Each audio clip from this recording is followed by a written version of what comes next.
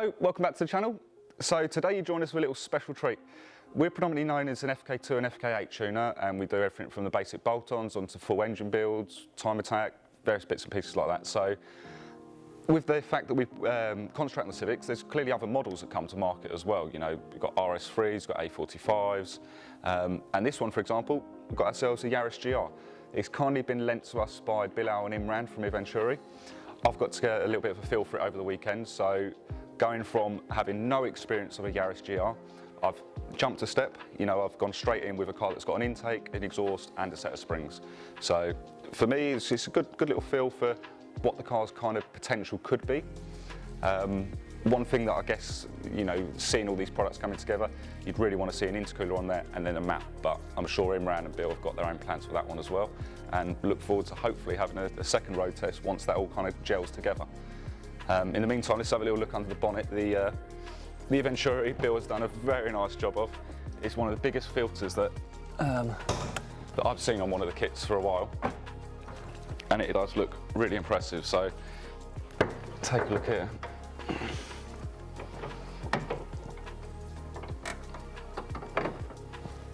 Just the size of the filter is huge. It's, you know, nearly the size of the gearbox when you're looking at it from on top there. A couple of little bits about it then. So Bill said he's opened up the front here to give it a lot more air flowing in and the ability to suck from this point as well. Something we noticed very similar on the Civics when we were first messing around on the prototype stage of that one, is that once we had like sealed edges, we actually sealed the top duct on the Civic in, and it actually lost horsepower when we pulled it away. It just let it pull that little bit more air and actually gained horsepower. I guess very similar with this one, Bill found out after a bit of experimenting that by leaving himself a little bit more air here, he was able to channel more through the actual filter itself. Obviously once it's gone through the filter, Bill's opened up around the back here and smoothed the path of the air going into the engine, which again is only going to help just aid that whole air in and out and increasing in power. Round to the back, one other thing that I did notice as well, with a lot of our products we heat lag, or hard lag shall I say, and this exhaust as well has been lagged right the way up to the back. It's got a distinct sound. The car handles quite well for what feels like a small car initially, you know, getting into it. And for me, you know, it's clearly a lot smaller than a Civic, but once you step inside, it still does feel like a small car. It doesn't feel, well, it feels like a small car. It is a small car. So I was unsure how it was going to perform with the, you know, it's got a lot to live up to in a way. You know, it's got good lap times, it's four-wheel drive, and it's a 3-cylinder. So how does that all mix? And I'm quite impressed, to be honest. Like, initially I was a little bit unsure. Like I said, I got in and felt like, oh, it's just another small car, it might be a little bit pokey. But getting some miles on it, understanding how to start switching the diffs around, getting the power transfer from the front to the rear, turning traction control off, getting a little bit more confidence into the car, and you can really see where you're going to have some fun in this. Like, I think especially when it's wet, you can feel there's a little bit of slip. The steering's extremely tight, so you can just tuck into a roundabout and you could feel it kind of want to break away, power over I guess, and you could be sliding. It's going to be fun, and can't wait for it to start raining. Okay, let's get this fired up and we'll get out on road test.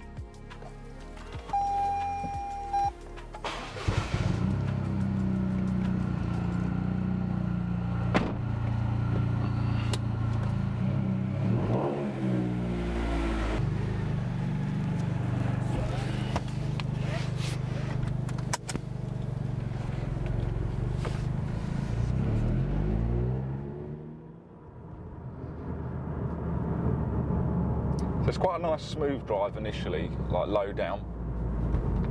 It's yeah, you could drive this around town and not really think too much about it. There's, you know, the suspension's not too hard, but you can tell it's got something about it. Gearbox is quite nice and short there.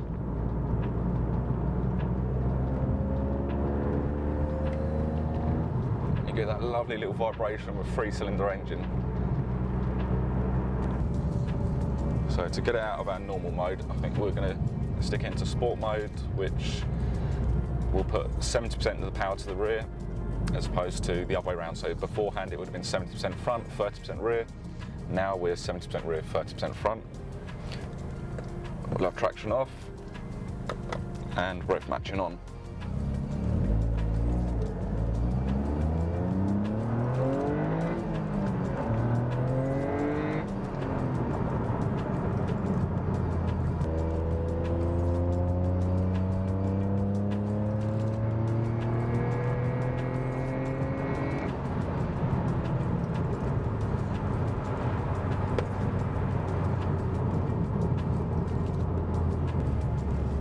You know, I didn't know if it was there before, but I guess it's probably more prominent now, is the intake sound when you let off. I'm not sure if the camera will be picking that one up, but you get a cute little dump at the end there. As well as this car making cute sounds, when you get up to the top of the revs, you get a funny little whistle kind of buzz from the 3-cylinder engine, which is quite a unique sound. I'm not sure if I like that one yet, but it's different.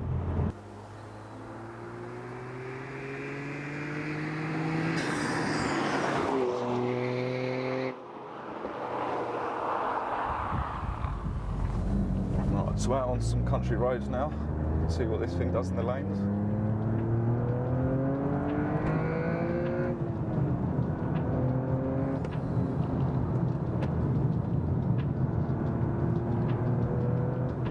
Get good positive feedback off of this. Like in the steering, you can kind of tuck it in, and it just wants to give you that angle,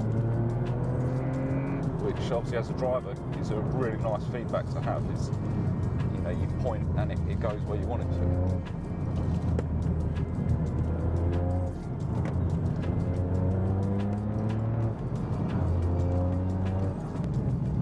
Really very playful car, I'd say. Like just the way you can chuck it around and it reacts, it's like it wants to play. You know, I can imagine you have a lot of fun in a big open car park or an airfield where you can actually find the limit of traction and play on that limit, you know, of trying to get the car to slide and to exploit the handling of the car.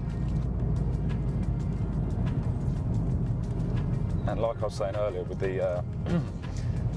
the mapping, I feel, you know, at the moment the throttle to me, it feels a little bit woolly, that it could just do with a little bit more of a direct punch, but you know, that will come together in mapping once the guys have got all the other bits on it. And I think it would be a hot contender against something like our Civic FK8. I was out of the weekend and managed to get you know, a little side-by-side with another Civic, and we had a pull together. And there's nothing in it really, you know, they're, you know, same level cars, so really interesting to see what they do back to back on track against each other.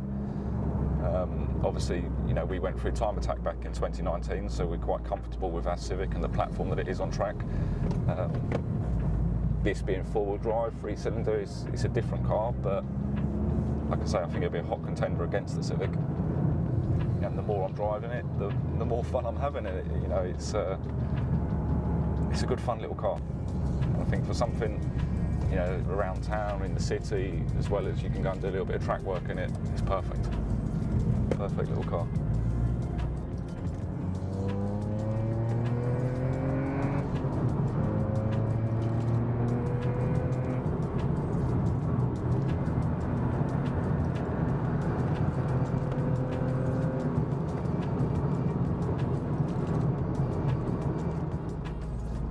So one thing I did pick up in driving it over the weekend, obviously we had a little bit of motorway and dual carriageway mileage, is that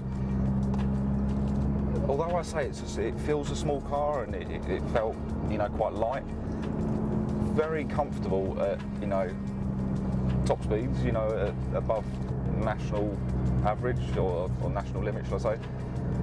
Very calm and composed, and it will quite happily sit there just cruising along.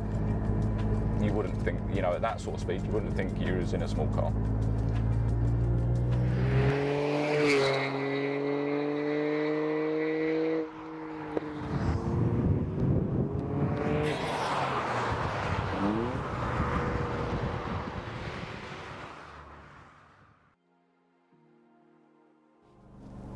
Okay, so we're done on the little road test now. I've got to grips with the car and got a good impression of it.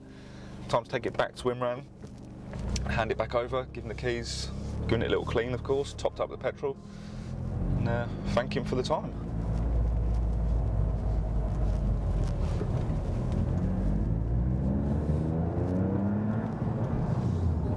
Luckily for us, Eventuri are about 200 metres away. We're in their old building, and they moved to a bigger premises a couple of years ago, so we don't have too far to go.